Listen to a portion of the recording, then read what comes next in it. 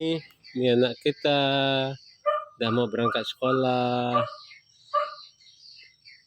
Papa tadi dah doa, selesai doa, Papa pulang sebentar. Untung doanya agak cepat. Kalau besok takutnya lama. Saat kalau besok Papa ndak ada anak, Icat berangkat sendiri ya.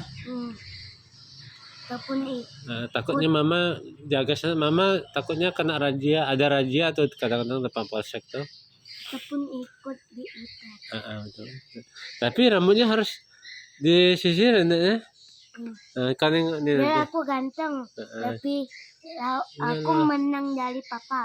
Yo, menang 0, sekian. Tapi Papa dipanggil Koko.